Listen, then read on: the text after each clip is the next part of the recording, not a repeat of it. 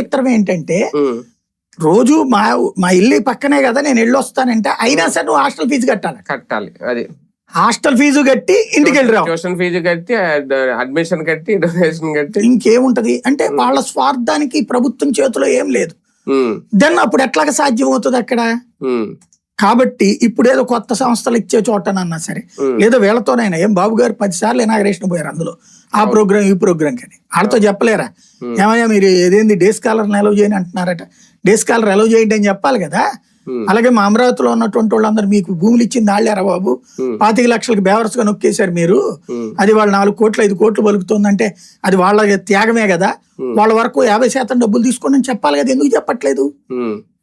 త్యాగధనుల్ని ముంచుతున్నారు, సంపాదించిన ఇంకొంచెం సంపాదించుకునేలా చేస్తున్నారు. ఇలాంటి స్వార్థం ఉన్నప్పుడు సక్సెస్ ఎట్లా ఉంటది? ఇప్పుడు అక్కడ వాళ్ళు ఏం కోరుకుంటున్నారంటే కేవలం అపరధనవంతులు మాత్రమే బ్రతికేటటువంటి ఒక అద్భుతమైనటువంటి నగరం కావాలని కోరుకుంటున్నారు. వాళ్ళైనా అక్కడికి ఎందుకు వస్తారు, ఎలా వస్తారు? అదే అనేది అక్కడ ఆ క్లారిటీ మిస్ అవుతున్నారు.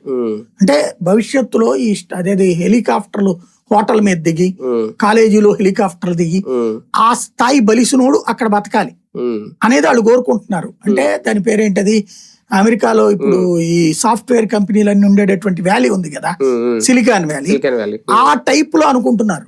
సిలికాన్ వ్యాలీ అనేటటువంటిది ఎంప్లాయ్మెంట్ హబ్, అందులో నివాసం ఉంటాడు.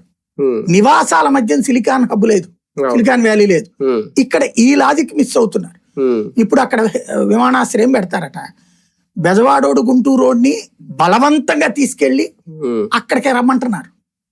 దానికి ఆ విధంగా బలవంతపు అంటగట్టేటటువంటి